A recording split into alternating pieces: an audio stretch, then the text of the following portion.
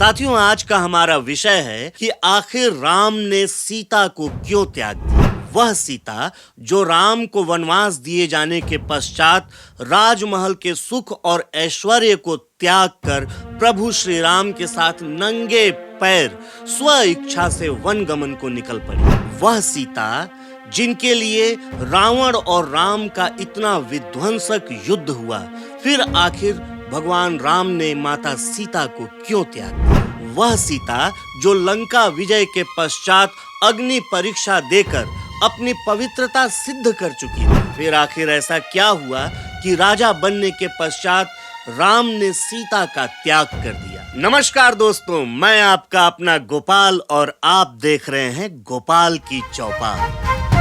गोपाल की चौपाल। साथियों, ऐसी बहुत सी बातें हमारे हृदय में कौतूहल बन के उठती रहती हैं। इसीलिए आज हम आपके सामने ये विषय लेके आए हैं कि आखिर राम ने सीता को क्यों त्याग दिया। साथियों, इस विषय पर प्रकाश डालने से पूर्व मैं आपको अत्यंत ही रोचक दो कहानियां बताना चाहता हूं। एक माता सीता के बाल्यावस्था से जुड़ती है और दूसरी महर्षि भृगु से। साथियों, इन दोनों रोचक कहानियों को आपको मैं सुनाऊं उससे पूर्व मेरा आप सभी से आग्रह है कि यदि आपने अभी तक गोपाल की चौपाल को सब्सक्राइब नहीं किया है तो कृपया सब्सक्राइब कर लें, बेल आइकॉन को दबा दें और फेसबुक, इंस्टाग्राम पे हमें फॉलो कर लें ताकि हमारा हर एपिसोड आप तक सबसे पहले पहुंच सके। तो आइए सबसे पहले महर्षि भृगु के कहानी को जानते हैं। साथियों, एक बार ऋषि मुनियों के धर्म संसद में यह प्रश्न उठा कि आखिर ब्रह्मा, विष्णु, महेश में सर्वश्रेष्ठ कौन है? इन तीनों में अधिक सहनशील कौन है? इस संसद में यह तय हुआ कि इन तीनों का क्यों ना परीक्षा लिया जाए और इसके लिए परीक्षक नियुक्त किए गए महर्षि भृगु। इन तीनों का परीक्षा लेने के उद्देश्य से महर्षि भृगु सर्वप्रथम कैलाश पर जाते हैं, तत्पश्चात ब्रह्मलोक पर जाते हैं और आखिरी में बैकुंठ लोक जाते हैं, जहां देखते हैं कि भगवान विष्णु अपने सैया पर आराम कर रहे हैं। माता लक्ष्मी उनका पैर दबा रही है।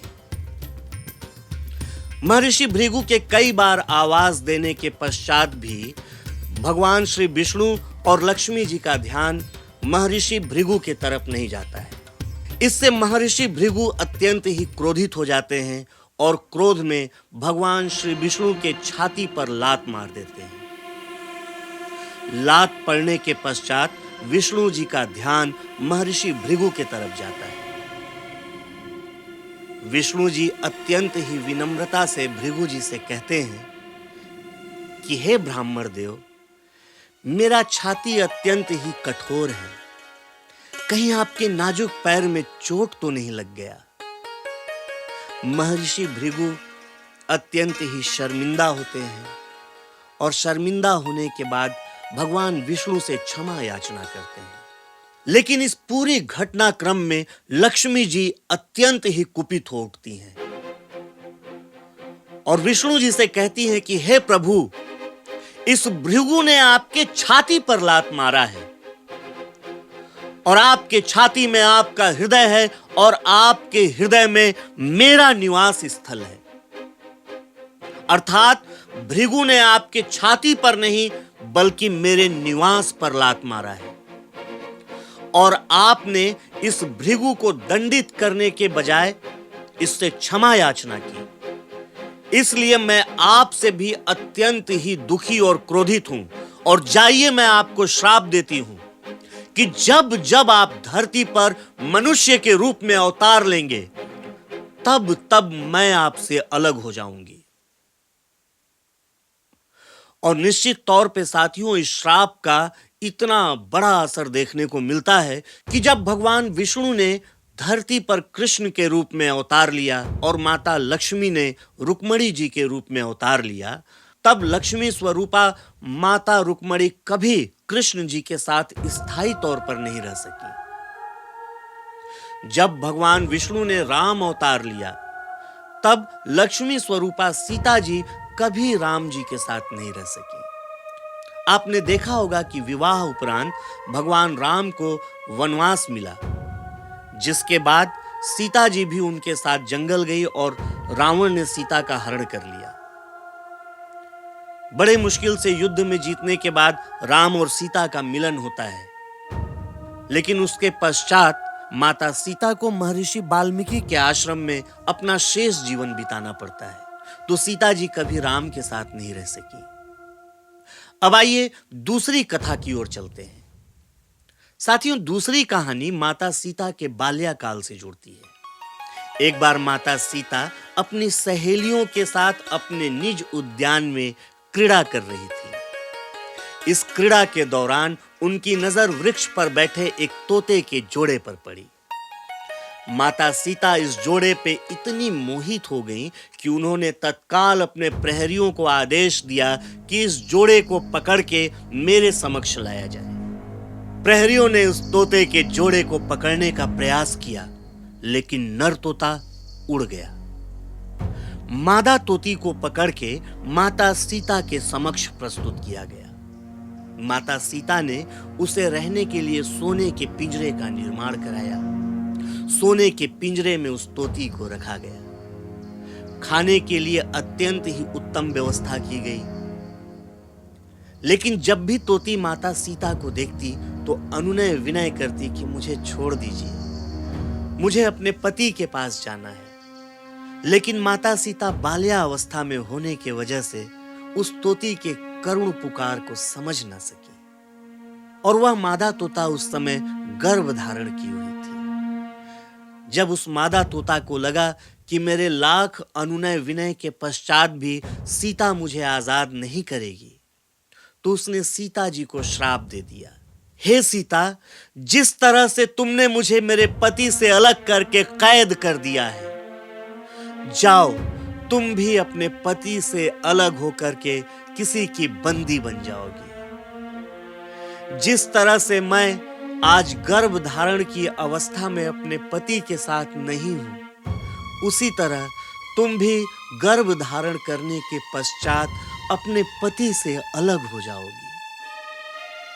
और साथियों, यकीन मानिए, ये श्राप सीता जी को लग गया। जिस तरह से उस तोती को सीता जी ने पिंजरे में कैद कर दिया था, उसी तरह सीता जी को भी रावण का बंदी बन के रहना पड़ा। जिस तरह से सीता जी ने उस तोती के लिए भोजन की उत्तम व्यवस्था की, रहने की उत्तम व्यवस्था की, उसी तरह रावण ने कैद के दौरान सीता जी के हर सुख का व्यवस्था किया। अशोक वाटिका में उनकी सेवा में कई राक्षसनियों को लगाया गया।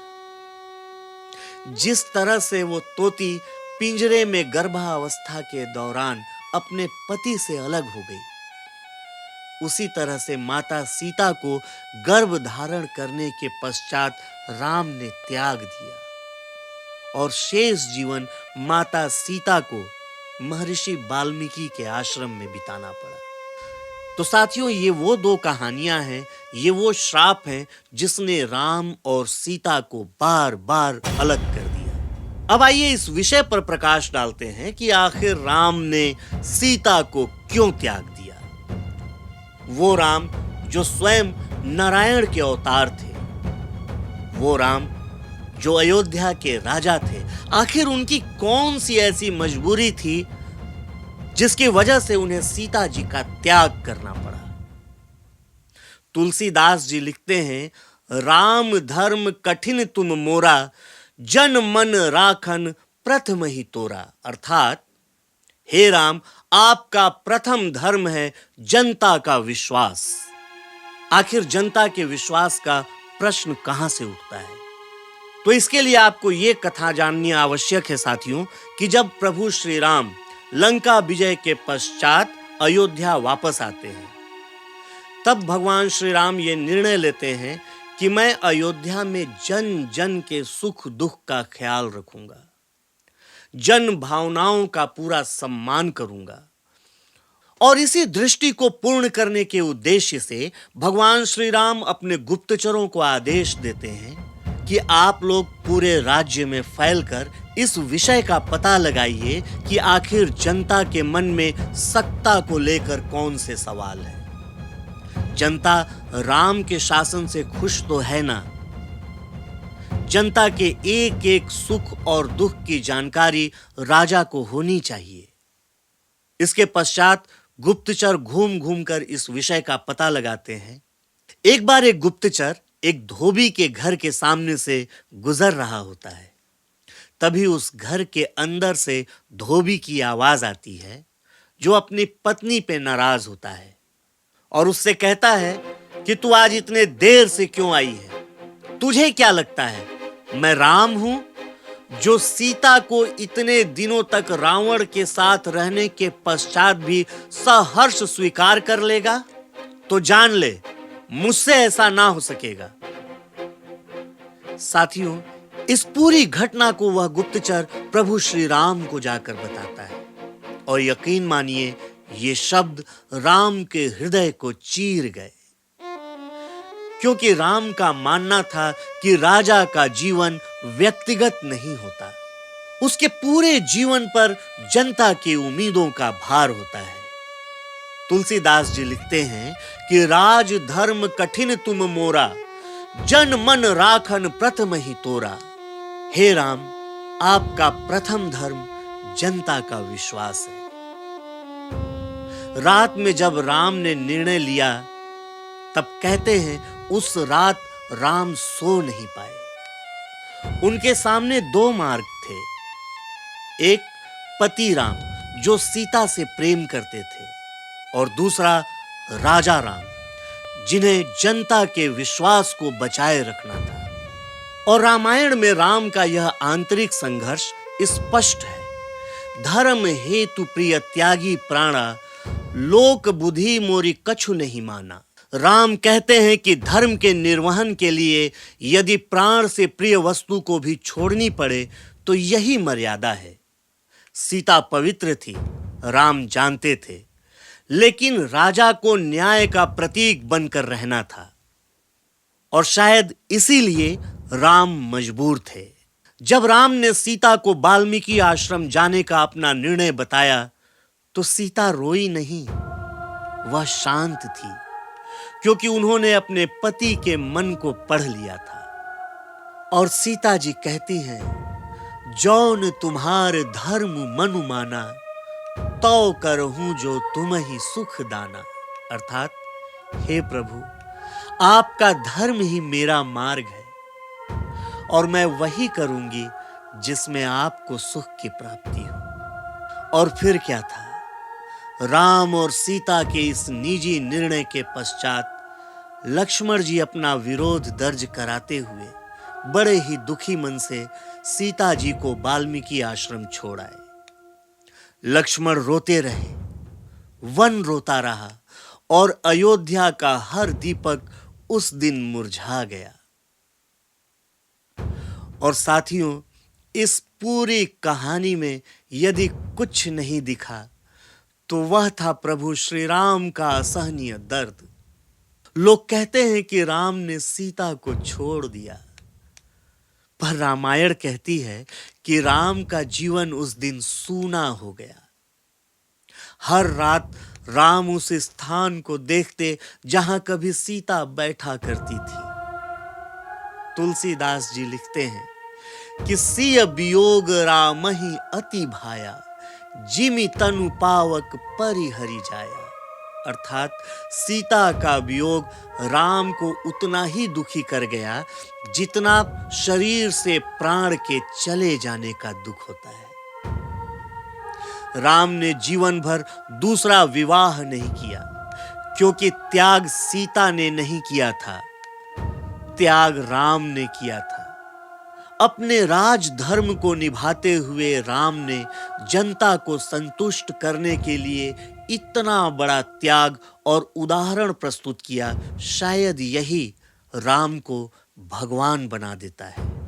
प्रश्न यह नहीं कि राम ने सीता को क्यों छोड़ा, प्रश्न यह है कि एक राजा अपने व्यक्तिगत सुख दुख के लिए क्या पूरी जनता के विश्वास को दांव पर लगा सकता था? राम जानते थे, यदि राजा की पत्नी पर प्रश्न रहे, यदि जनता भ्रमित रहे, यदि न्याय पर संदेह रहे, तो राज्य की नींव हिल जाएगी। इसीलिए राम ने स्वयं को दुख दिया, पर जनता को भ्रम से बाहर रखा। लोक बैठक रखत तुम राजा, निज दुख भीतर ही सही साजा। यानी जनता की व्यवस्था बचाने को राजा अपने दर्द को भीतर रखता है। इसीलिए हम कह सकते हैं कि राम ने सीता को नहीं छोड़ा, बल्कि स्वयं को ही छोड़ दिया। और दोस्तों, सीता की परीक्षा, राम की मर्यादा और समाज का दबाव, इन सब के बीच यदि कोई सबसे ज्यादा टूटा तो वो थे स्वयं राम। और यकीन मानिए साथियों, राम ने सीता को नहीं छोड़ा, बल्कि यह एक त्याग था, और यही त्याग राम को भगवान बनाता है। आज के इस एपिसोड में यहीं तक। मैं आपसे फिर मिलूंगा अपने अगले एपिसोड में। तब तक के लिए आप सभी को मेरा नमस्कार। और आपसे एक आग्रह कि यदि आपने अभी तक हमारे चैनल को सब्सक्राइब नहीं किया है तो कृपया सब्सक्राइब और फॉलो करें। धन्यवाद। गोपाल की चौपाल।